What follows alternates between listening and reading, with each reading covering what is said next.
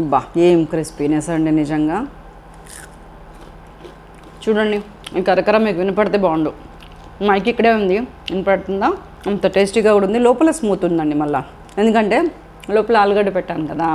ఆలుగడ్డ పైనంతా ఏంటి ఆ గొగ్గురు ఏంటి సాబ్దాన్.